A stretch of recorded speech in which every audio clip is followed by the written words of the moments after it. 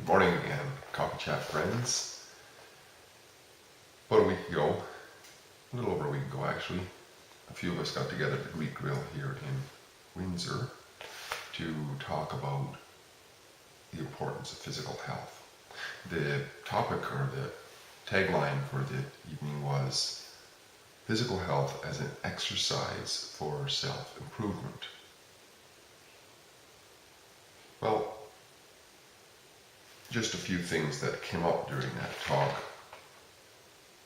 Well, one thing that came up as quite notable actually that somebody said there was that if he has a goal and motivation to go with that goal, then going forward with it makes it a lot easier.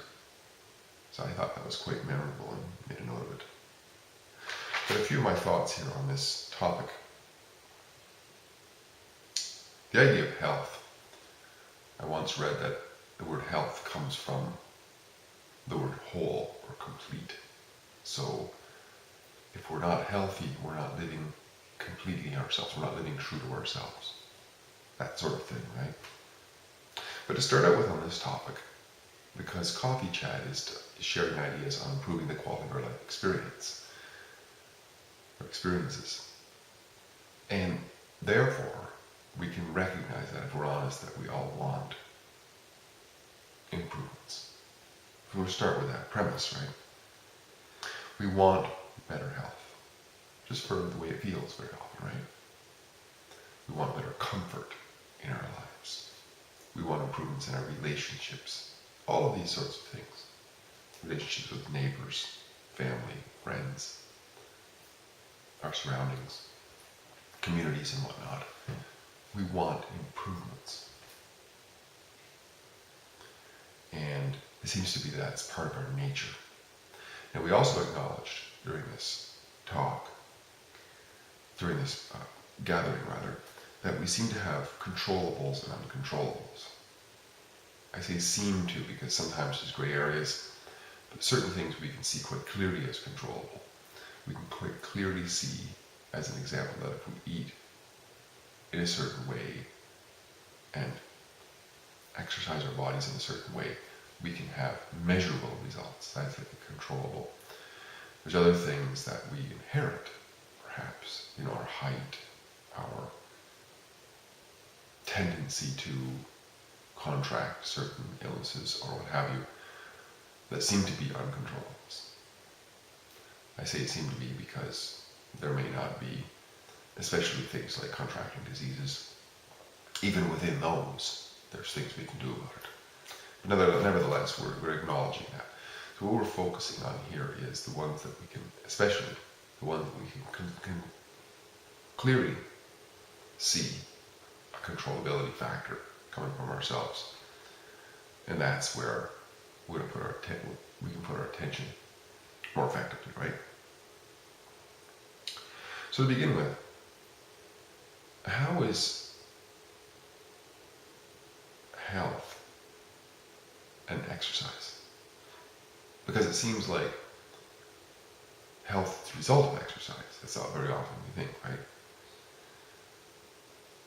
Well, in general, I would say that exercise of any type that we do makes us stronger in the field of that exercise. Examples would be if we go to the gym and work out in a certain way, we become physically stronger, right? If we do mind games, exercise mind games like crossword puzzles, we can become mentally stronger in that area, right? And if we work on our people skills in such ways as, say, public speaking, exposing ourselves to the vulnerabilities of human interaction, we can become emotionally stronger. Exercise makes us stronger. And I'm going to make a point that physical health,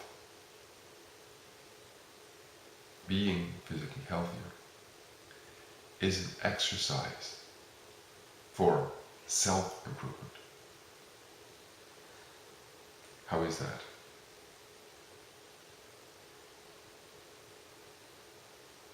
Well, I would say that the physical health aspect of us is like an end point of other healthy steps. It's like the end point of the action step process of our individual self. What I mean by that is, as I mentioned earlier, the different aspects of ourselves, the physical, the mental, the emotional. Well, there's steps that have to take place to get the physical action. I used the example of a broom standing in the room. I've used that example before. Perhaps there is a way to sit there and mentally control the room. I don't know. I don't think so. I've never seen it done. I've never heard of it being done. But what I do know is that I can create a mental action which drives my body to act, to pick up the broom and sweep. Recognizing this, we can see that that action resulted. I can recognize that connection. And that's a very, very important thing for self-improvement, is to recognize the ability and recognize that the physical body was driven based on a decision. The next thing is, so that's point number one. That's how physical health can be an exercise for self-improvement, is because we can recognize that the physical action is an endpoint action based on other actions, mental actions, as an example. Second point is, because with improved physical health, we have an improved quality of life tool in our toolbox of life, you might say. I use the example of a hammer here. A hammer, just a basic hammer, right? If we want to build a little birdhouse, the example of birdhouse again, and we have a choice between a beat up hammer that is one of those ones where you swing it and the head is loose and it wants to fly off, and the claw is broken on the back, so we want to pull the nail, it's hard to do it. The head is all, the part that hits the nail is broken, pieces are broken off of it, so the hammer flies off and hits the nail. Versus a very fine new hammer, which is all strong, everything works well, it has a good claw, it hammers very easily. The choice is clear as to which one we're going to use, right? Which one we're going to choose. The same goes for the physical body. If we have a choice between a very healthy body and an unhealthy body, the choice is clear as to which one is more beneficial for us to live our lives, and therefore to use as a tool for improving the quality of our life experience. That was point number two. So we have 2 points so far. Point one is the physical body as an endpoint of our actions. It's the result of other actions.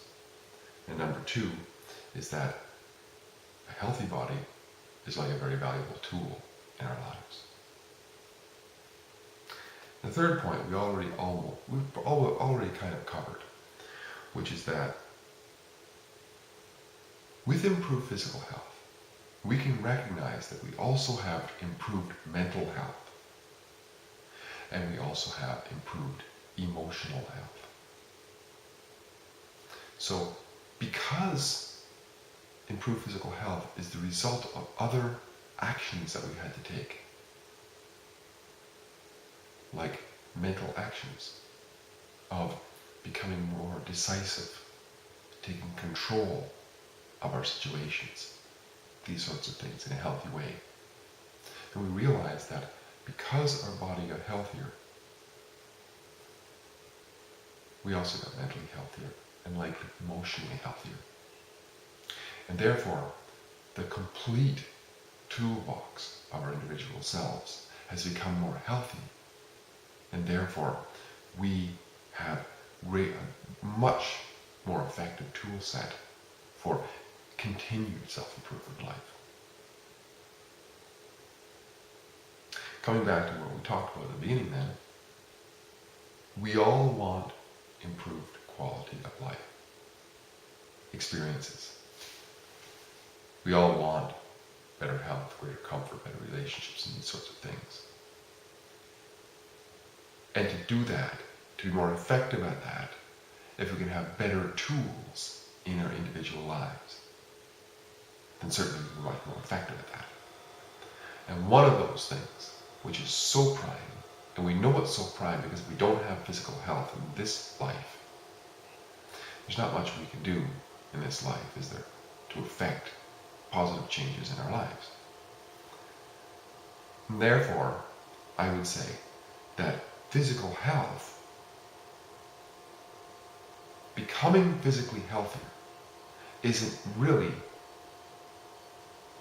an exercise in self-improvement. And yes, it also involves improved mental health and improved emotional health, because we're aware of it, especially when we experience that sense of self-esteem boost, because we've achieved along the way these incremental improvements, and that feels wonderful. I'll do a write-up on this too, and you feel free to make comments in the blog post.